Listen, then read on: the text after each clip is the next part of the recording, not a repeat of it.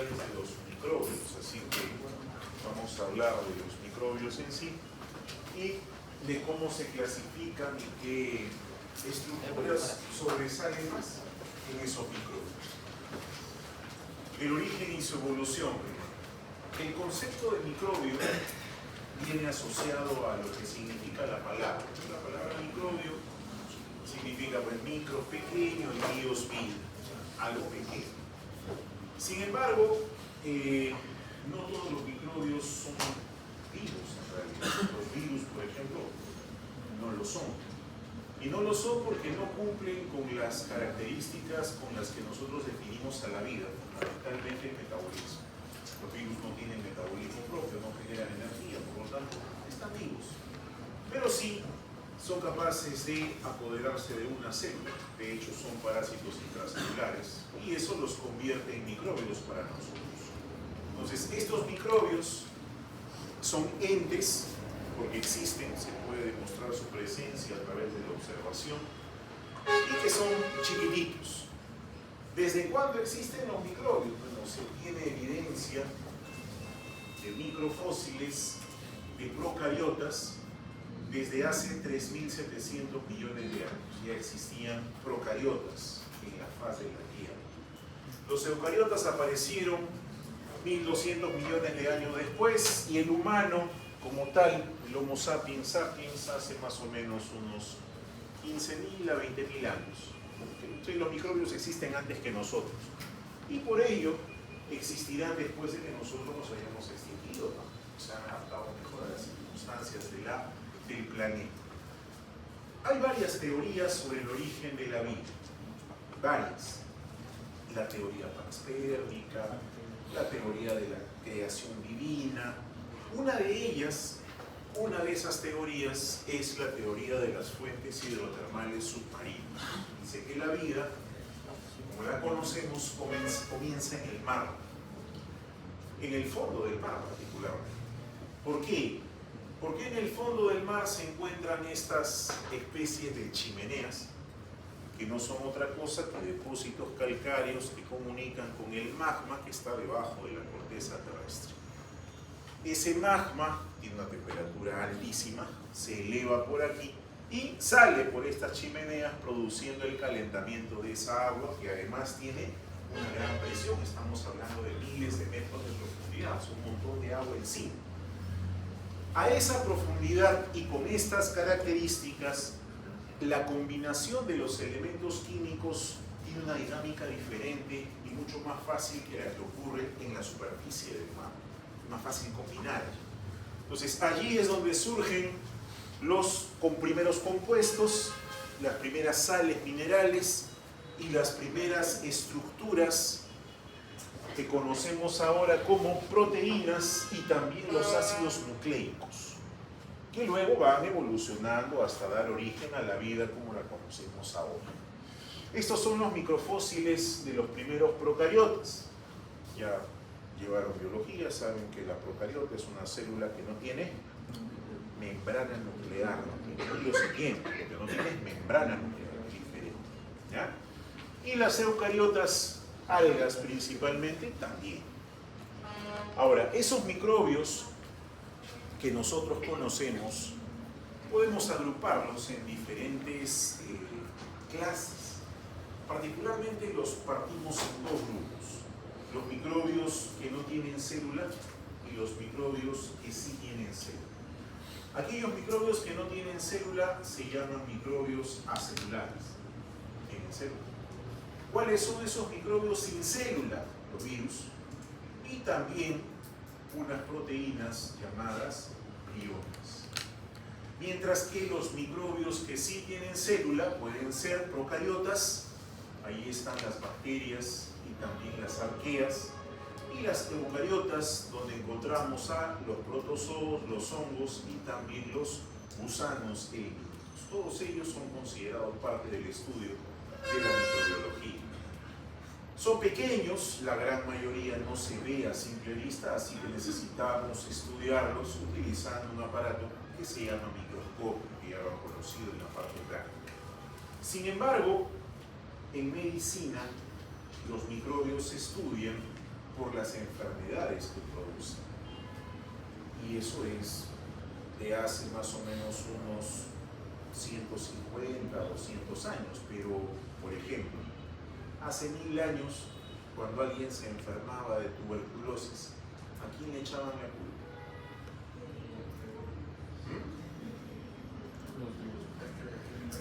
Los microbios se conocen desde hace 150 años más o menos. Antes de eso no se sabía que existían. Existían sí, pero no podíamos demostrar su presencia. ¿A quién le echaban la culpa? Por ejemplo, en las culturas antiguas, Grecia, Roma,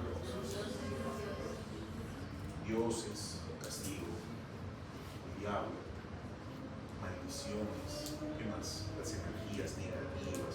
Era la medicina mágico-religiosa. Te enfermabas, te has portado mal, algo has hecho, por eso estás enfermo. Ahora sabemos que no es así. Las enfermedades infecciosas se deben a un microbio. ¿Y por qué el humano le echaba la culpa a los espíritus y demás? Porque no podía explicarlo. Es lo que hacemos hasta ahora. Cuando no podemos explicar un evento, lo atribuimos a una causa que es sobrenatural, ¿no? Pero este señor Anthony van Leeuwenhoek, holandés, en el año 1676 hace un aporte a la ciencia médica, sin ser médico, porque él era un comerciante, vendía cosas, entre ellas telas. En la ciudad, en ese tiempo, Países Bajos de Delft, Leeuwenhoek desarrolla una técnica para pulir el vidrio, para darle cierta conformidad y permitir el aumento al mirar a través de él. Una lupa, en otras palabras. De hecho, la desarrolló en este aparatito de metal. Pero él no descubre la lupa. La lupa ya se conocía, los egipcios al construir sus pirámides tenían lupas también. Pero sus lupas permitían aumentos de 20 veces más o menos. Como las lupas del colegio, más o menos así eran las lupas egipcias. Él, con la técnica que desarrolló, logró obtener lupas o lentes con capacidad de aumentar el campo de visión 200 veces. 200 veces es como el objetivo de abajo, el microscopio, como el objetivo de 20. Así, bien grande, se podía ver varias cosas con eso. Entonces, él mira, hombre muy curioso y muy inteligente, él fabrica esto porque no quería que lo engañen pues con las telas. O sea, miraba los hilos de las telas para ver si eran hilos finos, tela fina o no. Pero en su tiempo libre, que era bastante, observaba todo lo que caía en sus manos. El agua del florero, su orina, la orina de su perro, su sangre, entre otras cosas. Y descubrió, se dio cuenta con ese lente, que todo eso que él observaba tenía cositas que se movían en el interior. Y él los llamó animálculos o animalículos, así los llamó. Animalitos que se mueven. Es como, miras algo, ¿qué es esto? No se sabía que era bacteria. A las justas, el concepto de célula estaba apareciendo en Italia con Malpi. El resto no se sabía. ¿Qué cosa es esto? Cosas que se mueven, animalitos chiquititos. Él abre la puerta a ese mundo que antes nadie conocía. Entonces, ese descubrimiento, él lo transmite a un amigo médico que era inglés y que pertenecía a la Sociedad Médica de Londres. Su amigo lo invita a presentar esa lupa, ese invento, y por la trascendencia que tuvo, lo invitaron a formar parte de la Sociedad Médica, el único no médico que era parte de la Sociedad Médica londinense. Él abre esa puerta, las lupas empiezan a desarrollarse más, empiezan a aparecer algunos fabricantes de los que conocemos hoy día como microscopios, como Carl Zeiss, y después de más o menos 200 años, esto es 1676, en 1880 aparece Louis Pasteur en Francia y Robert Koch en Alemania. Ellos dos, con el aporte de la parte del microscopio, empiezan a observar microbios empiezan a darles nombre y lo más importante y trascendente, empiezan a asociar esos microbios con las enfermedades infecciosas. En el caso de Robert Koch, lo hace con el Bacillus anthracis, una bacteria que produce el anthrax. Y en el caso de Pasteur lo hace con el Vibrio cholera, una bacteria que produce diarrea. Entonces, este microbio presente en este humano que cause esta enfermedad y hace un experimento, los famosos postulados de Koch, que van a exponerse en la siguiente semana. Entonces, él, a partir de esa observación, correlaciona presencia de este microbio, presencia de la enfermedad. Ese es el culpable de la enfermedad. Y de allí empieza a desarrollarse la microbiología que conocemos hasta el día de hoy. Con esos implementos que contaba Koch y Pasteur, microscopios generalmente de un solo ocular para un solo ojo, se permitían aumentos de hasta 1000 veces, más o menos como el que está abajo. El objetivo de 100 por 10, 1000 veces, más o menos eso. Pero esto permitía ver hongos, bacterias, protistas y huevos helmintos, pero no permitía ver virus. 100 años después, 1950 más o menos, aparece Ernst Ruska y Max Noll con su microscopio electrónico. Un microscopio que permite hasta 2 millones de veces de aumento. Con esos 2 millones de aumentos tú puedes ver tranquilamente un virus. Y este es el primer virus que se vio, el coronavirus, llamado así por el aspecto de corona que hay en su superficie. ¿Okay? Pero ni siquiera con esto podemos ver a los priones, por si acaso. Hay que usar otras técnicas todavía para que se den cuenta lo pequeños que pueden ser estos microbios. Características de los microbios sin célula. Empezamos con los virus. Los virus tienen ácido nucleico, tienen material de ácido nucleico, que puede ser ADN o puede ser ARN, nunca los dos al mismo tiempo. Pero el ADN y el ARN son estructuras muy sensibles a romperse. Las han visto en biología. ¿Qué pasa cuando cae luz ultravioleta sobre las cadenas de ADN? El ADN se fractura, se rompe. Si bien es cierto, nuestras células lo pueden reparar, pero a veces esa reparación no queda como el original. Y el producto de ese ADN ya no es el mismo. Por ejemplo, el cáncer surge de ahí. La combinación de nucleótidos es diferente, ya no es la misma proteína, es otra, ya mutó. ¿Okay? Entonces, estos virus que tienen ácido nucleico que es muy frágil, lo tienen que proteger. ¿Con qué lo protegen? Con una estructura biológica que sea sólida, fuerte. Y la estructura biológica más sólida que existe es la proteína. Entonces, estos virus tienen una capa llamada cápside hecha de proteína. Eso es un virus. Ácido nucleico cubierto de proteína. Es un virus simple y sencillo. A este virus, con esta conformación, se le llama virus desnudo. Así se le llama, virus desnudo. Y algunos virus, además del ácido nucleico y la cápside, tienen una envoltura. A esos virus con envoltura se le llama virus envueltos. La envoltura ya no es de proteína, la envoltura es de bicapa lipídica. Significa que cuando el virus invade una célula, a la hora de salir se lleva un pedazo de membrana. Esa es la envoltura viral. Hay virus con envoltura, por ejemplo el SARS-CoV-2, que es un virus envuelto. Hay virus desnudos, como el virus de la polio. Produce la poliomielitis, es desnudo. Y así hay varios ejemplos. Los virus, al no tener célula, no tienen ribosomas.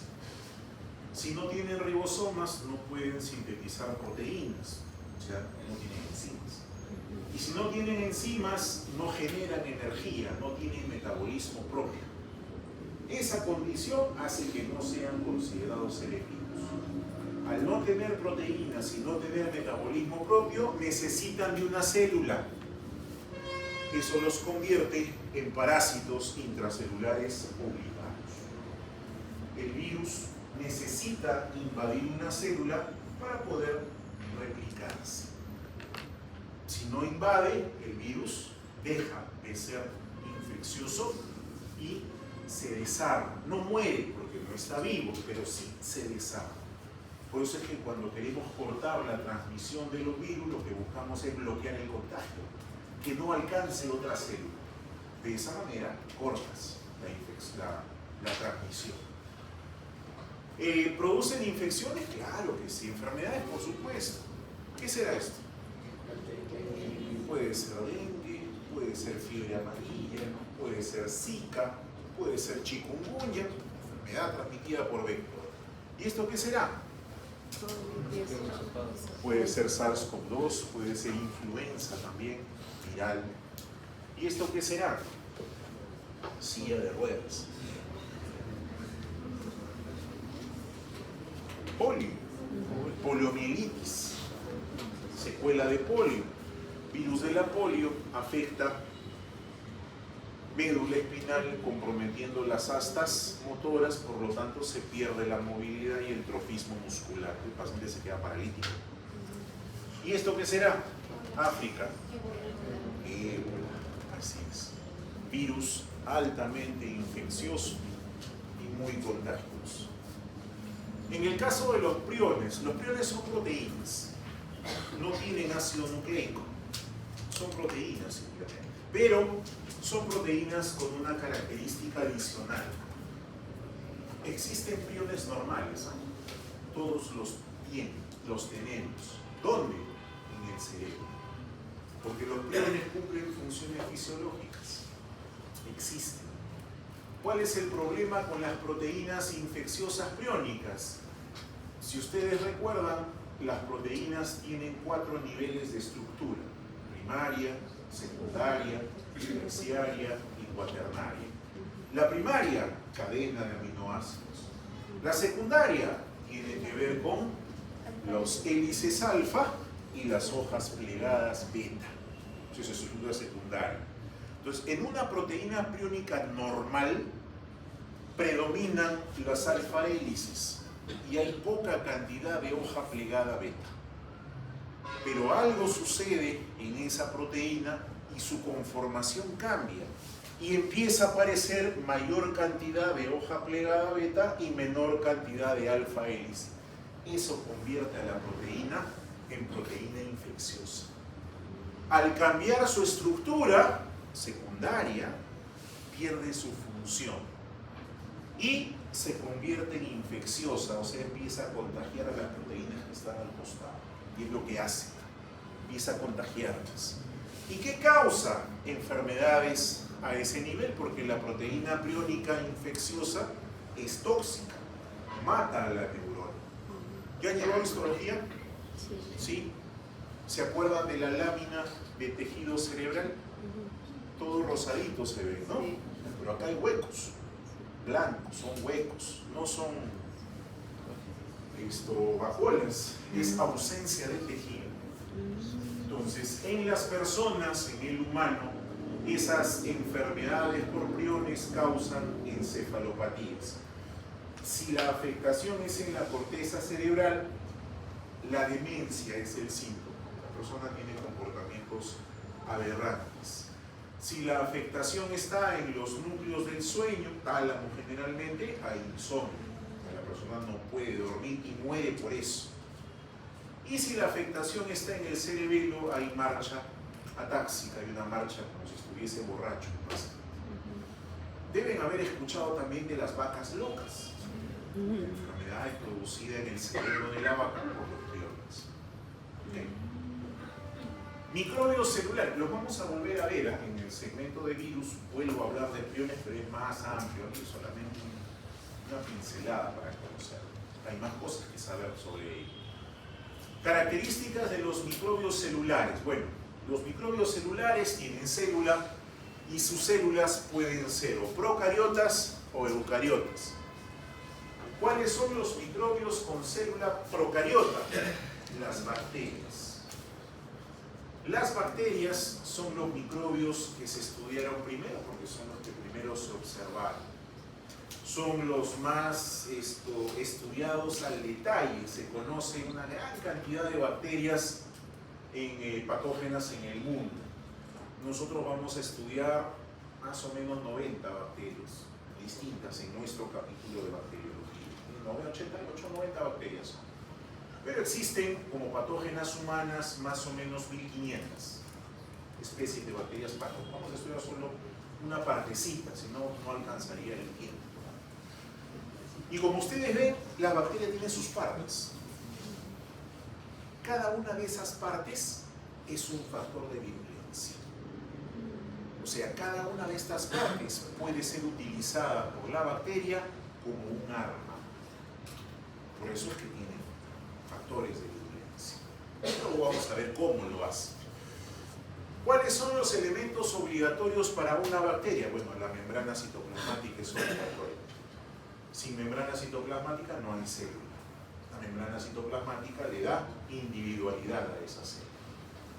El citoplasma, en el citoplasma se llevan a cabo todos los procesos metabólicos. El genoma bacteriano, la bacteria tiene genoma de ADN, solo que es circular. Y tiene todo, en ese genoma está toda la información genética para que la bacteria se pueda reproducir y para que la bacteria cumpla con la síntesis de todas sus moléculas, fundamentalmente proteínas. Y finalmente los ribosomas. Ese genoma ADN es transcrito a ARN mensajero y leído por esos ribosomas para generar proteínas. Esos 4 son los elementos fundamentales en una bacteria. Pero algunas bacterias poseen adicionalmente otros elementos, por eso se llaman facultativos. Pueden estar como no pueden estar. ¿Cuáles son esos elementos facultativos? La pared celular, la cápsula, el glucocali, que son envolturas externas de la bacteria, los flagelos, que son apéndices que le permiten moverse, los pilis o fimbrias, que son también apéndices más cortitos que los flagelos, que les permite agarrarse de los tejidos, y los plásmidos. Los plásmidos son segmentos extracromosómicos. Este es el cromosoma principal, circular, y este es el plasma, un segmento extracromosómico que es importantísimo en las bacterias. ¿Por qué? Porque este plásmido contiene información genética que representa ventaja evolutiva para la bacteria. Por ejemplo, para la resistencia a los antibióticos. Y es transmisible además de manera horizontal.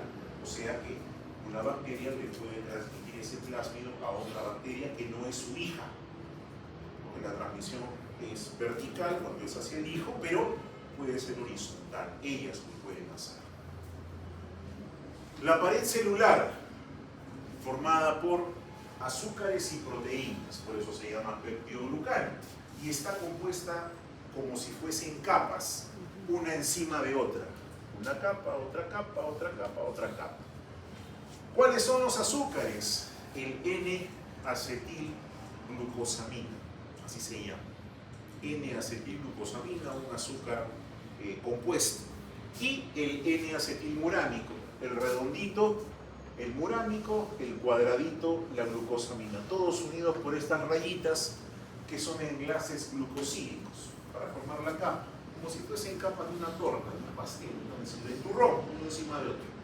Y para darle estabilidad y solidez están estas pelotitas chiquititas que son aminoácidos que le dan ya mayor solidez a esas capas para que no se muevan. Entonces eso convierte a la membrana celular, a la pared celular, perdón, en una malla, una especie de malla, una especie de pared que le brinda rigidez y le da forma a la bacteria.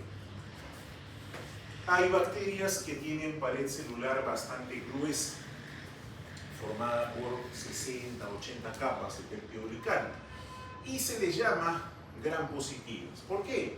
Porque dentro de la microbiología hay una tinción que se llama la tinción de Gram, y al aplicarla a estos microbios en aquellas bacterias que tienen la pared celular gruesa, terminan pintándose de color violeta.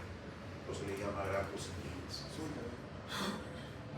Exacto, el cristal violeta es el que se utiliza. Y en el caso de las gram negativas, al tener pared celular delgada, se pintan de color rosado porque hay otro colorante de contraste que puede ser pues, la safranina o la eosina. Pero las gram negativas, no por tener pared delgada, son más débiles por si acaso, porque estas gram negativas tienen además una segunda membrana celular. Son una membrana celular citoplasmática y una membrana externa, y esa membrana externa es mucho más poderosa que la pared celular más gruesa, por eso que los gram negativos son mucho más peligrosos. Al darle forma a la bacteria, determina la presencia de dos formas fundamentales. La forma esférica no es redonda, es esférica, como una pelota de fútbol, de básquet o de vóley, y a esa estructura esférica se le denomina coco. Se llama igual que la fruta, coco. Ese coco puede estar en parejas, se llama diplococo, puede estar en hilera, en fila, se llama estreptococo, puede estar en racimo, se llama estafilococo. Y las formas alargadas, las que parecen bastones, se llaman bacilos, de báculo, bacilo. Esos bacilos pueden ser rectos, pueden estar en cadenas, pueden estar curvados, como los vidrios, pueden estar enroscaditos, como si fuesen la colita de un chanchito, se llaman espirilos, de las fundamentales.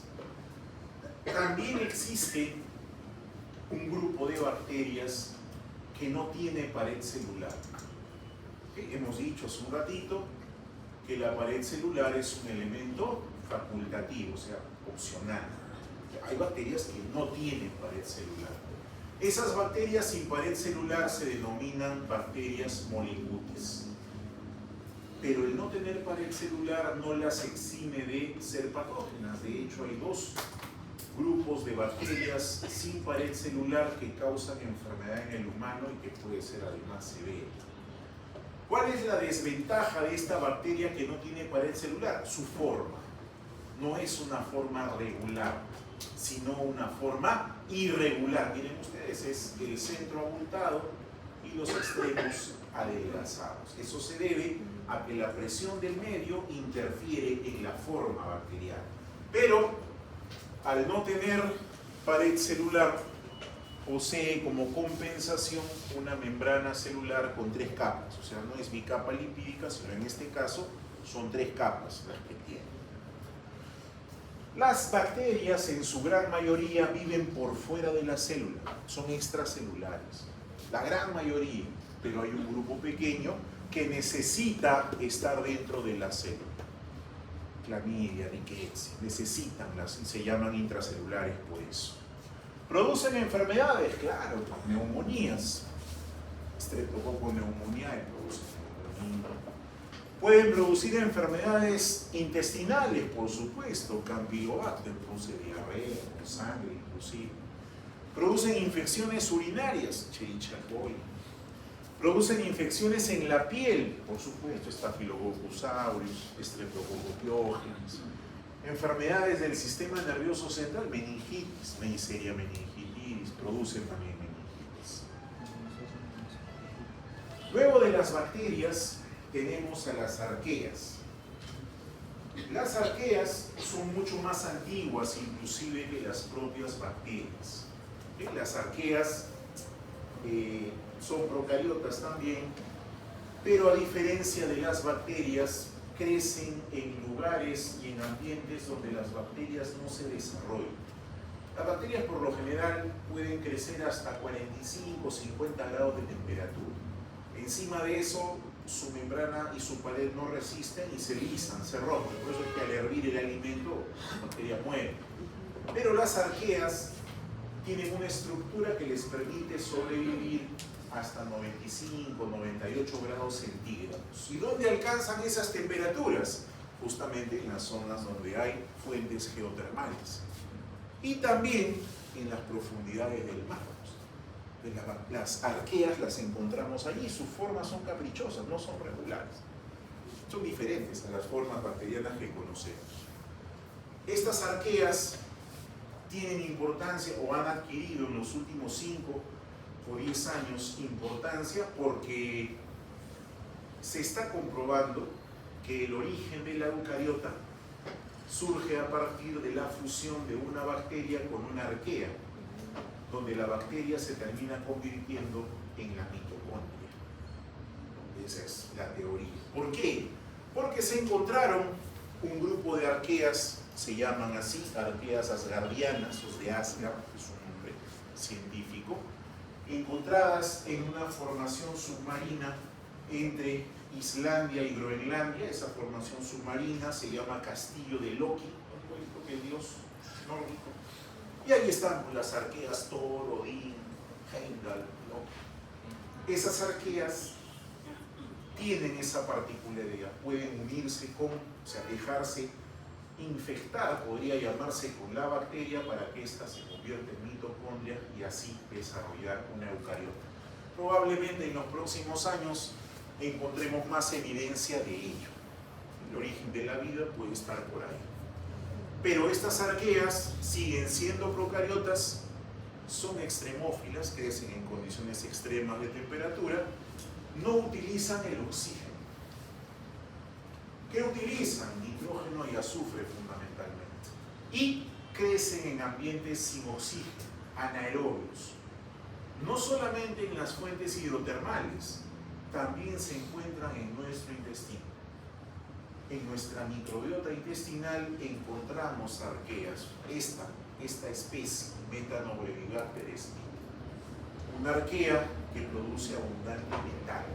El metano es un gas que aparece en el colon y que le da, en cierta forma, que es un componente del olor de los flatos, metanogénicos.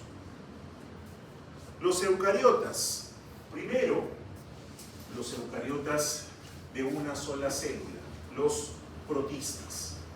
Los protistas son microbios unicelulares, una sola célula, pertenecen al grupo de los parásitos, los estudiamos en parasitología, y pueden ser de diferentes formas, flagelados, amebas, entre otros. Causan enfermedad, giardia, causa diarreas, tricomona vaginal y causa vaginitis, descenso, trypanosoma cruzi, enfermedad de Chagas, leishmania. Aquellos que son de la selva o han viajado a la selva o han vivido en la selva deben haber escuchado de una enfermedad que se llama la UTA. Es causada por leishmania transmitida por la picadura de un mosquito y ese microbio, ese protista termina destruyendo regiones de la mucosa, sobre todo la mucosa oral y la mucosa nasal, deformando la cara del paciente. Vamos a ver unas fotos más adelante cuando hablemos de ese microbio. Y las amebas. Habrán escuchado también de las amebas con el cerebro, ¿no? Esas amebas que crecen en las aguas estancadas, estanques, lagos, lagunas, crecen amebas de vida libre, se llaman. Y cuando la persona ingresa a ese tipo de aguas, a nadar, a bucear, a chapotear, la ameba se mete por las fosas nasales con el agua. La ameba atraviesa la lámina cribosa del etmoides y llega hasta la base del cerebro. Y como las amebas comen grasa, porque tienen abundantes enzimas lipofílicas, se comen literalmente pues el cerebro. Luego están los hongos en otro grupo. Los hongos tienen la particularidad de presentar en su membrana celular ergosterol. Normalmente hay colesterol en la membrana celular, pero este hongo tiene ergosterol. Diferencia fundamental. Y la otra es la presencia de un componente que le da dureza a su pared celular y que se llama quitina. Los hongos pueden ser de una o de varias células. Los hongos de una célula se llaman levaduras. Es una sola célula, con todas sus partes, una eucariota. Ejemplo de levadura, cándida. El hongo cándida es una levadura. ¿Dónde lo encontramos? Puede formar parte de la microbiota, pero también puede causar enfermedad, causa vaginitis, causa la dermatitis del pañal. Cuando no cambian al bebito mucho tiempo, está con la piel mojada, la piel se agrieta, cándida se mete, produce inflamación, es lo que vemos ahí. Y los Pluricelulares, que son los mohos. Ahí está el hongo que fermenta la cebada para producir la cerveza, el vino, los quesos. Y también los hongos que producen este tipo de enfermedades. Las micosis, en las uñas, en el pelo, en la piel. Son hongos de tipo moho, son varias células. Luego tenemos a los microbios más grandes, los que pertenecen al reino Animalia. Allí están los gusanos, los helmintos. Los helmintos cilíndricos, los nemátodos, y los helmintos planos, los platelmintos. Los cilíndricos son nemátodos de sexo diferenciado, hay hembra y macho. La hembra siempre es más grande que el macho. Más del 50% de su cuerpo está ocupado por el aparato reproductor. ¿Por qué? Porque estos animales tienen gran capacidad de producción de huevos. Este helminto que vemos aquí, que se llama Ascaris lumbricoides, puede producir hasta 200.000 huevos por día, diariamente. Entonces su capacidad de reproducción es grande, ¿no? Y su capacidad de infección también.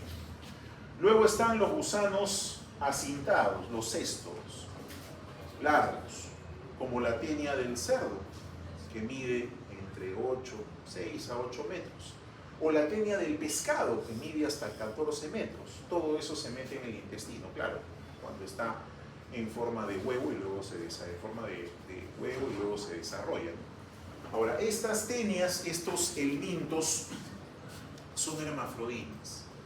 Significa que dentro de su misma estructura coexisten estructuras de macho, como el testículo, y de hembra, como el útero y la vagina, o sea, se autofecunda. Cada una de estas unidades, llamada proglótide, es autónoma y produce huevos de manera autónoma, en cantidad de aproximadamente 10.000 por día, o sea, bastante activo. ¿Cuántas proglótides tiene? Imagínense la cantidad de huevos que se produce. Y los tremátodos, que son gusanos aplanados también, pero más cortitos. Suelen parasitar vísceras sólidas, como el hígado, el pulmón y el corazón, la fasciola. En el caso de los cestos, suelen parasitar cavidades huecas como el intestino, generalmente el delgado y el grueso. ¿Producen enfermedad? Por supuesto. Esta es una enfermedad parasitaria por el mismo. El microbio ingresa por la piel y luego empieza a caminar por ahí. Y la zona por donde camina se inflama.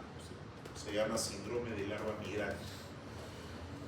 Esta es una colonoscopía, o sea, una imagen del colon por dentro. Y ahí vemos la cabeza de la tenia y todo su cuerpo, cuán largo es. Aquí, un gusano que está desarrollándose debajo de la esclera del paciente. Y aquí tenemos la imagen de un intestino resecado, un pedazo de tripa, que se produce porque los gusanos están presentes en cantidad tan abundante que al momento de pasar por la luz intestinal la obstruyen, la taponan, como si fuese un congestionamiento. Entonces, la mucosa intestinal, como han revisado probablemente en histología, es muy frágil, es friable. Si yo la someto a un estrés mínimo, esa célula de epitelio intestinal muere rápido, se necrosa.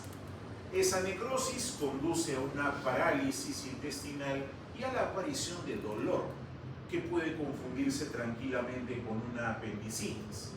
Es un dolor, cuadro de abdomen quirúrgico, que necesariamente hay que operar, porque si no se opera, ese intestino se rompe y los gusanos salen a la cavidad peritoneal. Hay que sacar el pedazo de trigo.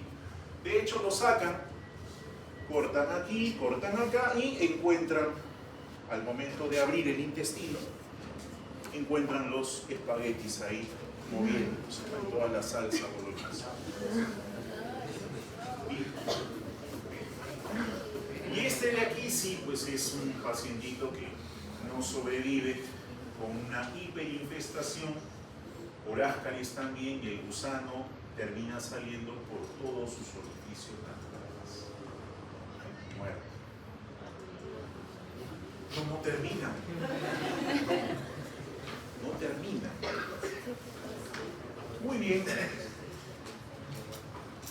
hemos visto los microbios, hemos visto lo que pueden hacer y en qué casos producen enfermedad, pero no todo es malo, ¿eh? Del mundo microbiano, menos del 10% es patógeno humano. Poca la cantidad, o sea que sí hay microbios buenos. Y muchos de esos microbios buenos los tenemos en nuestro cuerpo. De hecho, están formando parte de la microbiota. Y eso justamente es lo que vamos a ver ahora. ¿Cuál es el rol o el papel que juegan los microbios en la salud y en la enfermedad? Nosotros convivimos con los microbios, al igual que con los animales y con las plantas. Estamos dentro de un mismo ambiente, dentro de un mismo planeta. Pero establecemos relaciones entre diferentes especies muchas veces. Esas relaciones se llaman relaciones simbióticas, algunas para bien y otras para mal. Los microbios también establecen relaciones con nosotros. ¿Pero por qué lo hacen? ¿Qué persigue un microbio al relacionarse con el humano? Hay una relación de afecto, de cariño, es feeling la cosa. Lo odia y por eso lo infecta, lo invade. ¿Qué será él? ¿Cuál será su motivación? ¿Qué es lo que hace que un microbio ingrese a nuestro cuerpo? ¿Amor o odio? ¿Qué dice? Exacto. No es personal, es negocio solamente. ¿Y en qué consiste ese negocio? En que le des un espacio donde vivir y comida para sobrevivir. Nada más. No le interesa si es alto, chiquito, gordo, flaco, lacio, ondulado, rubio. No le interesa al microbio eso. Le interesa llegar a un lugar, establecerse allí, vivir y obtener comida para poder reproducirse. Eso es lo que busca el microbio.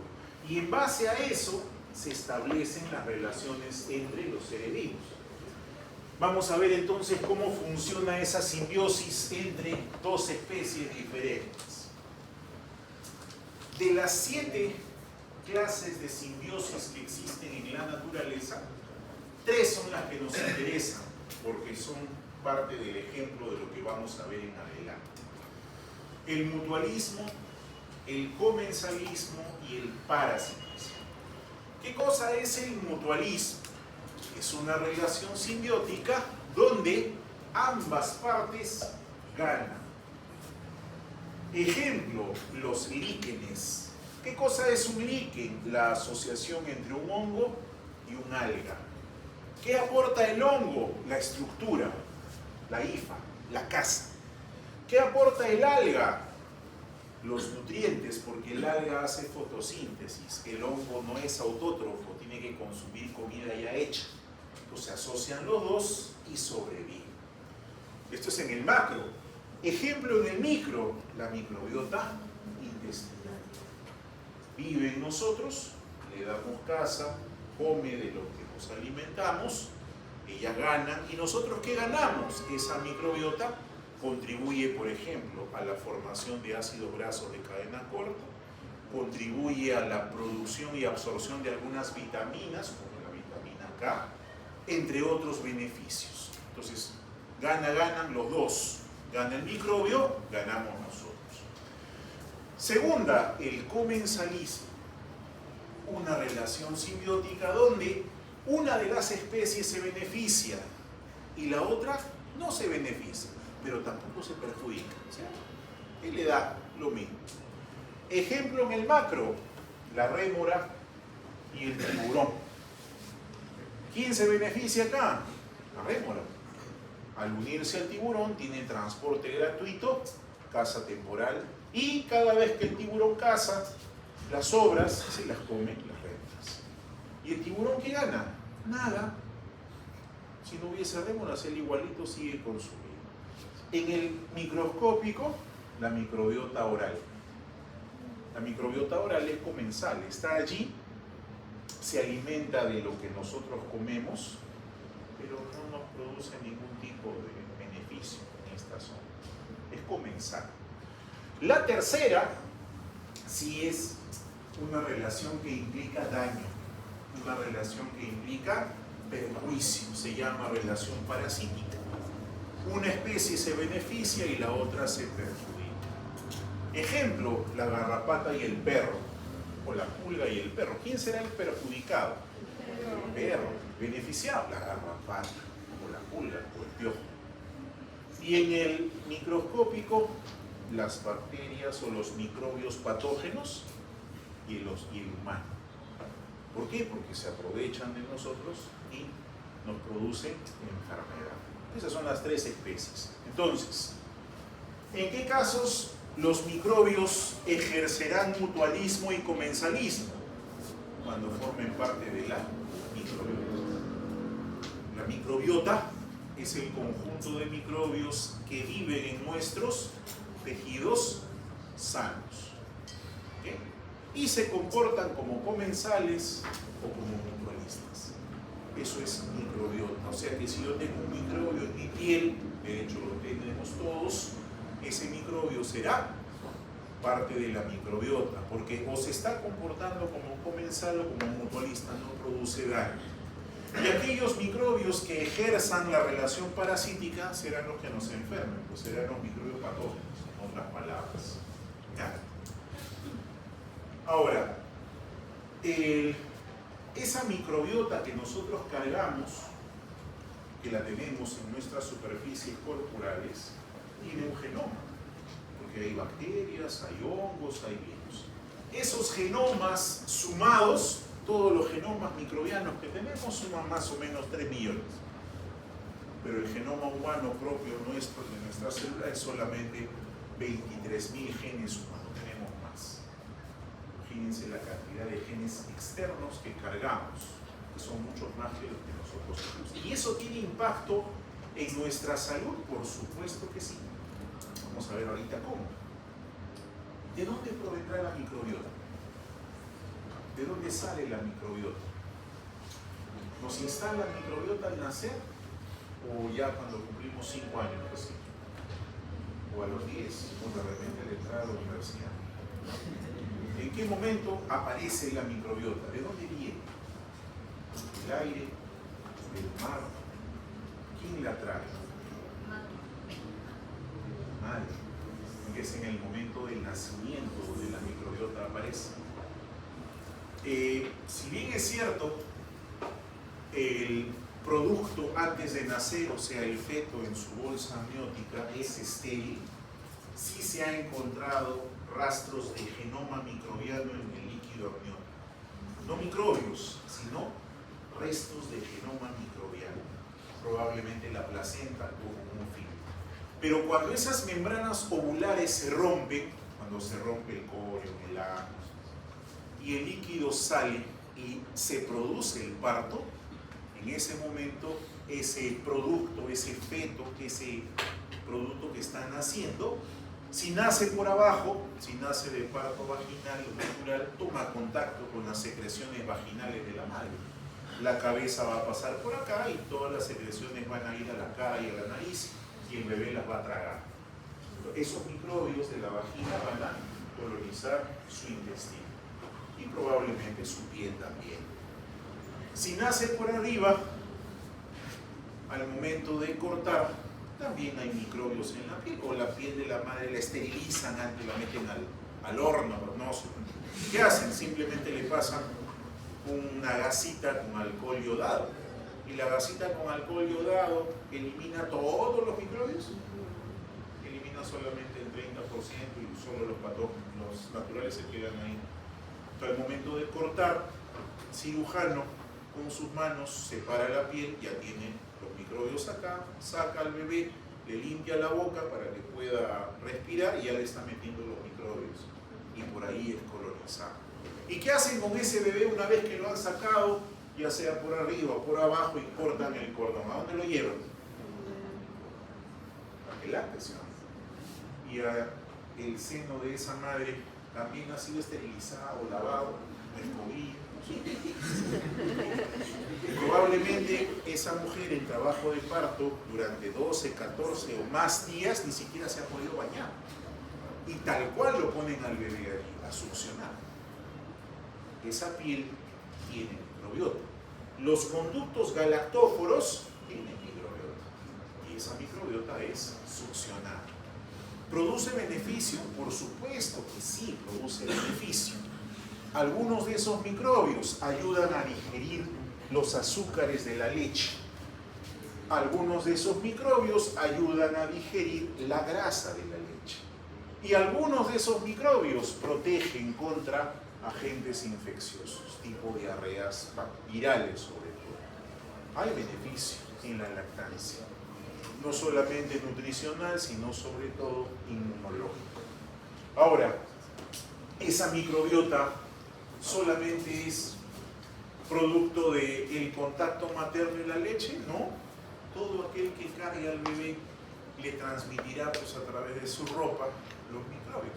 ¿Qué hacen cuando llega un integrante nuevo a la familia? Todos vienen a visitar, ¿no? Todos lo quieren cargar y lo besan. ¿Tienen idea de la cantidad de microbios que hay en la boca? Hay más variedad de microbios en la boca que en el ano. Acá hay más. Y así lo ves. Y todavía agarran el celular y le toman foto y luego con esa mano lo acarician. ¿Qué están haciendo? Ese aparatito está.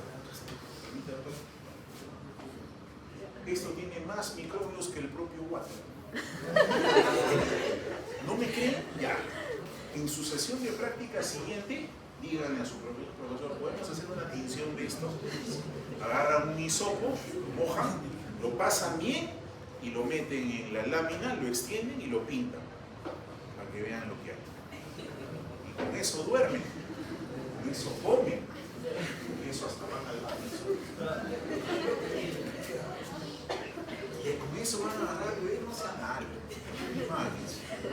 Bebito es muy vulnerable, hay que esperar que madure un poquito su sistema inmune para poderlo apapachar entre todos. Es cariñoso, pero mejor no, porque estudias medicina, te tocó rotar en tal hospital o estuviste en el anfiteatro, fuiste con tu bata, no te diste cuenta, te cambiaste, pero con la misma mano te agarraste acá, lo agarras en un primito, pones en tu pechito, te lame, te besa y hasta ese microbio ya se metió.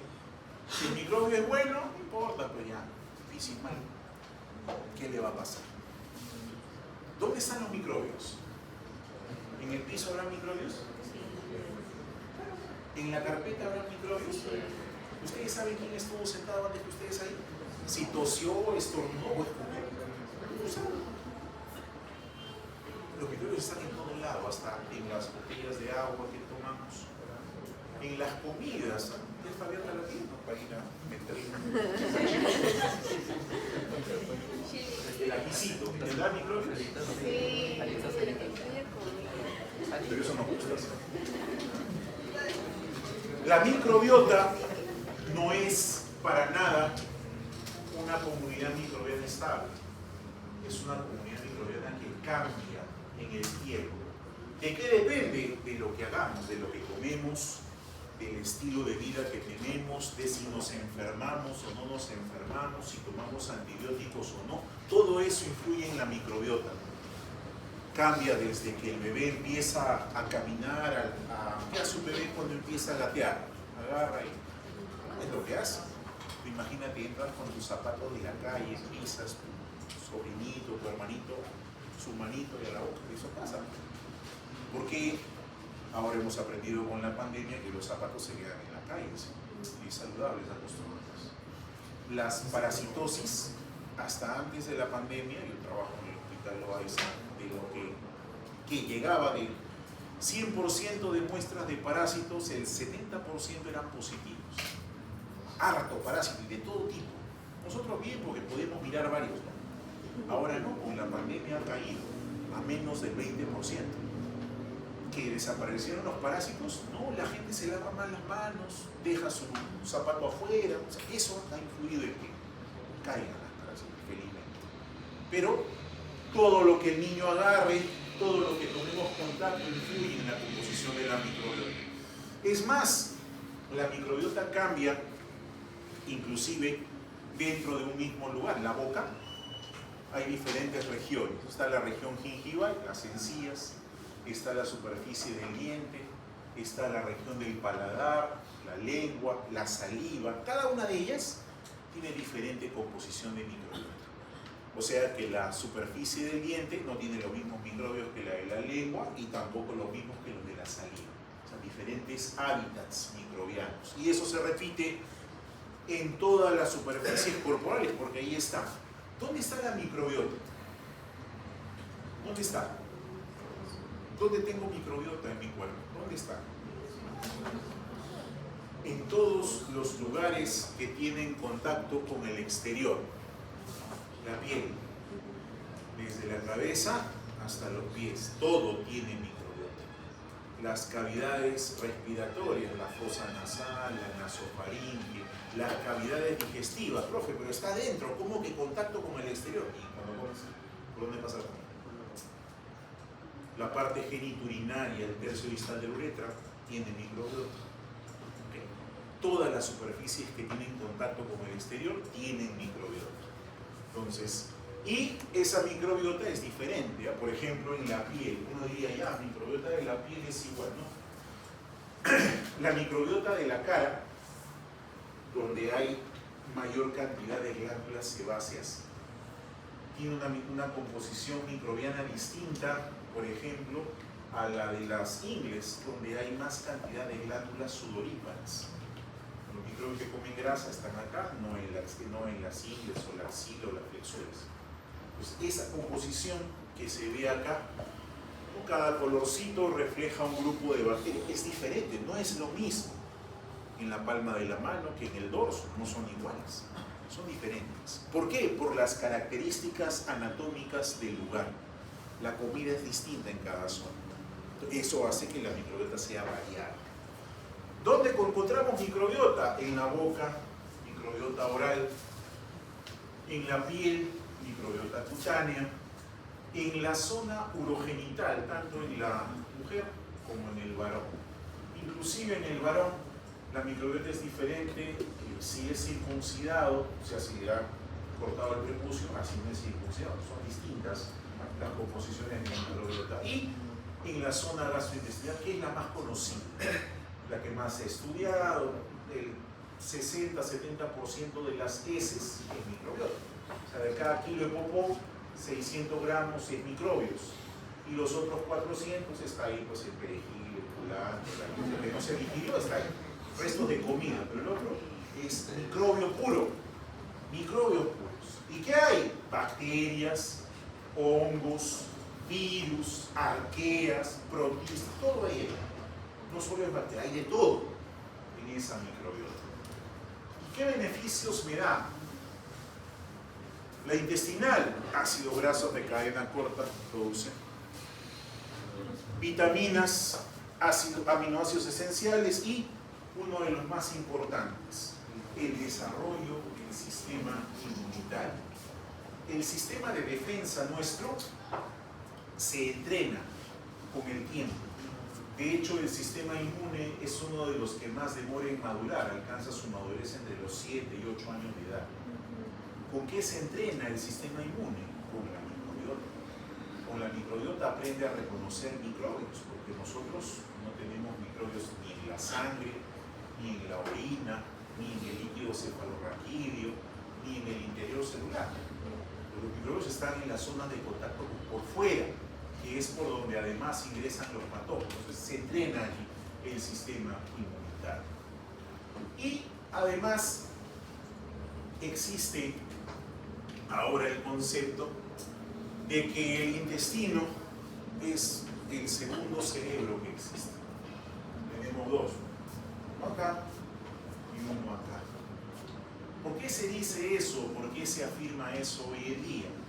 Porque existe comunicación real y efectiva entre el intestino y el cerebro, por dos vías: por la vía sanguínea, de ida y vuelta, y por la vía neural, por la vía nerviosa, de ida y vuelta, nervio vago. ¿Y con qué se comunican? Con unas sustancias que ya conocen ustedes y que también son capaces de producir la microbiota y que se llaman neurotransmisores. Producen neurotransmisores que van dirigidos en forma bidireccional. Tan es así que la microbiota puede influir en ciertas conductas humanas. El tipo de microbiota influye en ciertas conductas humanas. El tipo de microbiota está relacionado con el desarrollo de varias enfermedades. No solo la obesidad, la diabetes, los desórdenes pancreáticos, tiroideos, hasta la esquizofrenia tiene relación con la alteración del microbiota. Hay un perfil de microbiota que favorece el desarrollo de los pacientes, en particular de pacientes esquizofrénicos. Esto, búsquenlo, googleenlo, búsquenlo en su fuente de información. Alguien va a exponer esto, por si acaso, en las siguientes semanas, que nos traerá las novedades acerca de la interacción de la microbiota y las enfermedades en el humano, sobre todo las no transmisibles, las crónicas. Son bastantes. Lo que pasa es que no está muy difundido y no le tomamos mucha importancia, pero existe, está comprobado que es así. Bien, para retomar el tema de la relación parasítica. En la relación parasítica hay dos especies. Una que se perjudica, se llama hospedero, y una que se beneficia, se llama parásito. ¿Cuál será el parásito allí? Evidentemente la lombriz, el gusanito que está aquí. Ese será el parásito. Y el hospedero, pues la pobre persona que ha tenido que cargar con ese parásito en su objeto. Existen estos parásitos, felizmente no en el Perú, pero sí hay en algunas zonas tropicales de Brasil y en el sudeste asiático y África. Hay parásitos que son transmitidos por la picadura de insectos, ingresan como larvas al organismo, al torrente sanguíneo, y terminan migrando por sangre hasta ubicarse en algunos órganos, que puede ser el ojo, puede ser los vasos linfáticos, puede ser el pulmón, etc. Lo vamos a estudiar también en la parte de parasitología. Entonces, el concepto de parásito es aquel ente biológico que vive en su casa, vive y se alimenta a sus expensas, causando daño. Y el hospedero, aquel organismo que sufre esa parasitación. Los microbios pueden estudiarse también a partir de su ciclo biológico. Todo microbio tiene un ciclo que comienza cuando ingresa y termina cuando sale. La gran mayoría de microbios, bacterias, virus, hongos, parásitos en sí, no se quedan en nuestro cuerpo. La mayoría sale. Pocos son los que se quedan con nosotros. La gran mayoría ingresa, cumple y se va. No se queda. Y ese abordaje lo podemos hacer también a partir de la microbiología. ¿Cómo se contagió? ¿Por dónde ingresó? Por ejemplo, el SARS-CoV-2. ¿Por dónde ingresa? Vía respiratoria, ¿cierto?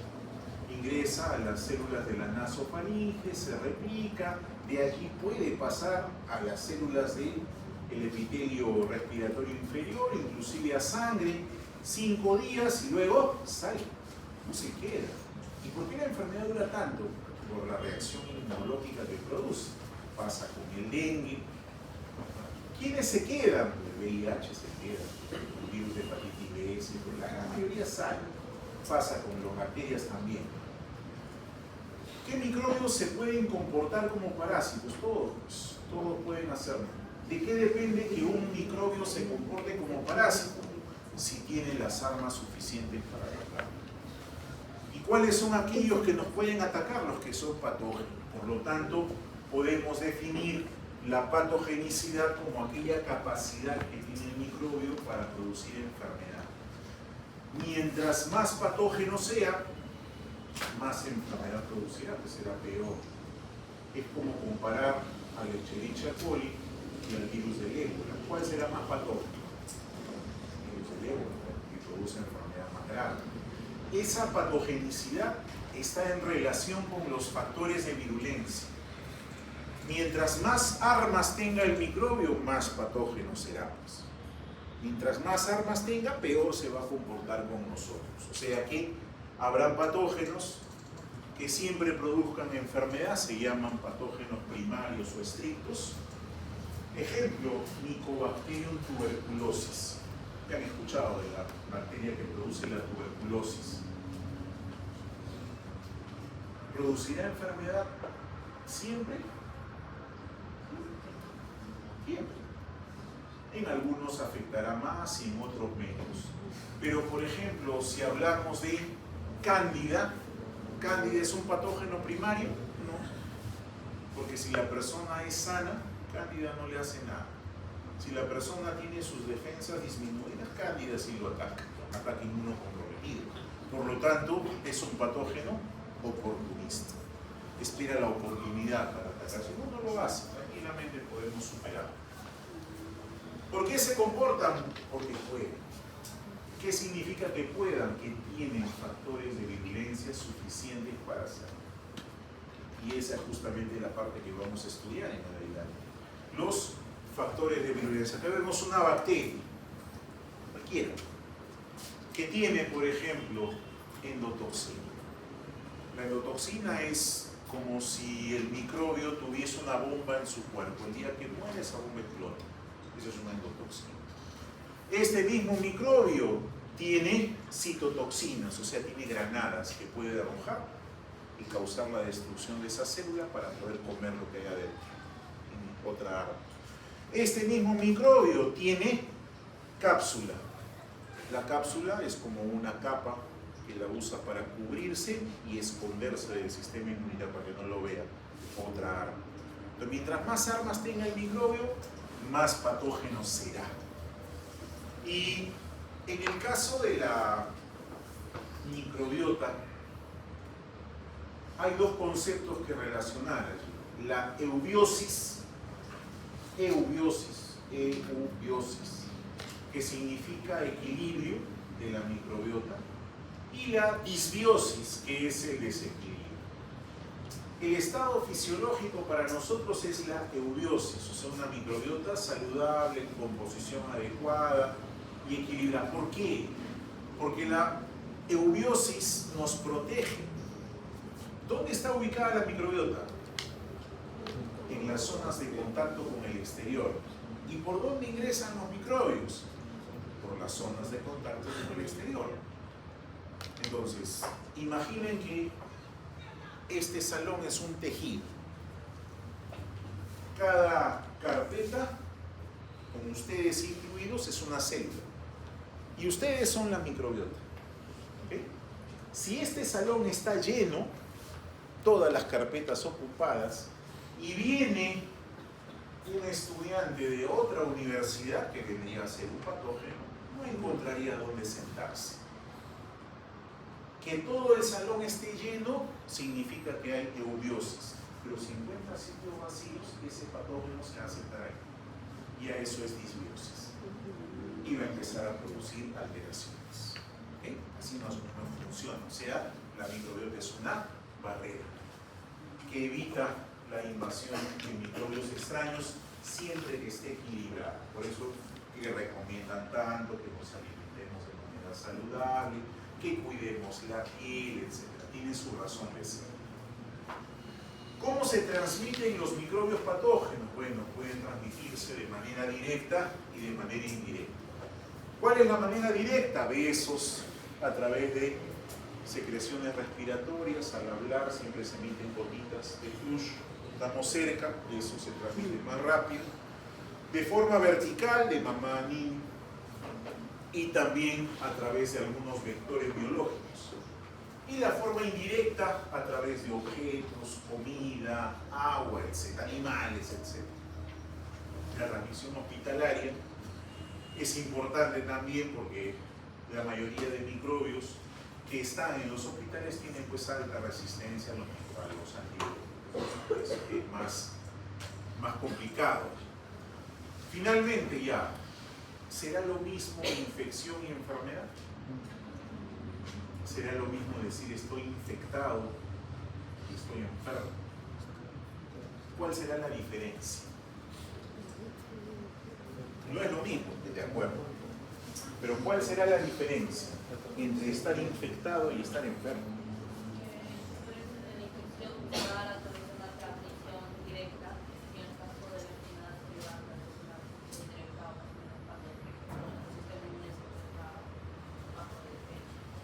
Ya.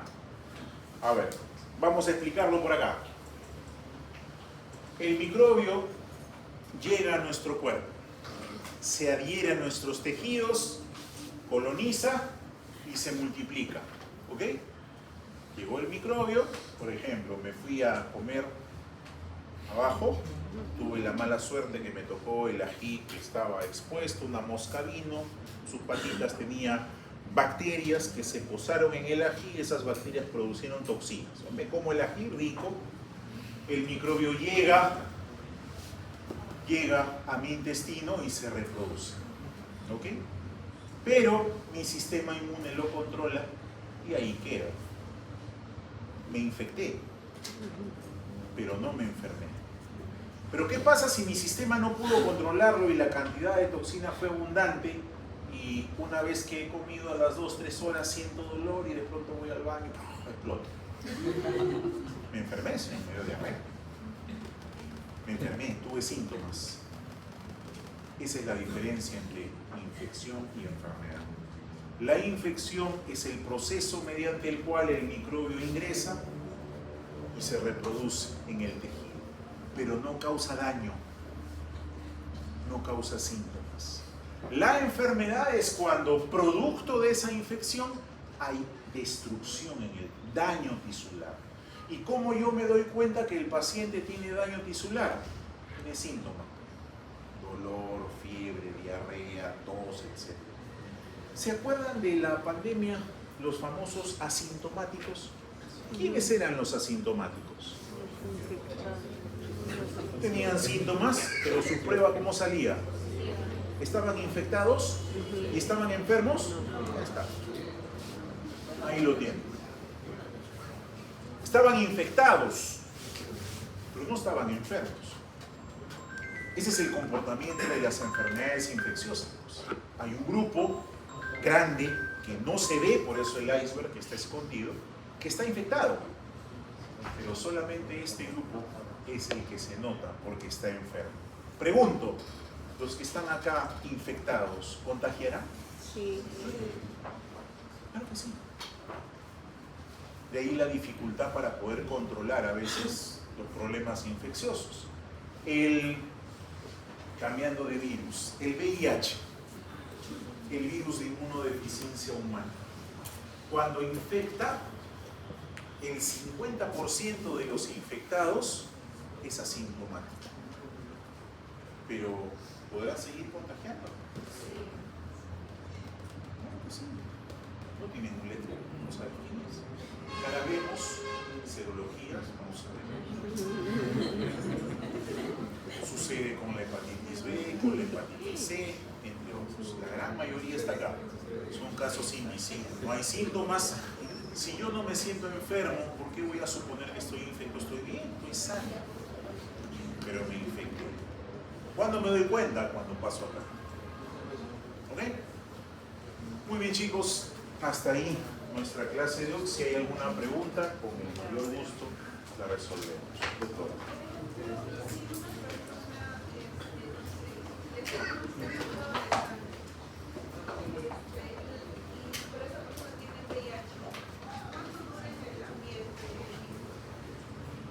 Si es un virus desnudo, el virus puede durar en el ambiente aproximadamente 14 días. Si es un virus envuelto, eso se reduce a menos de 7 días. En el caso del VIH, es un virus envuelto.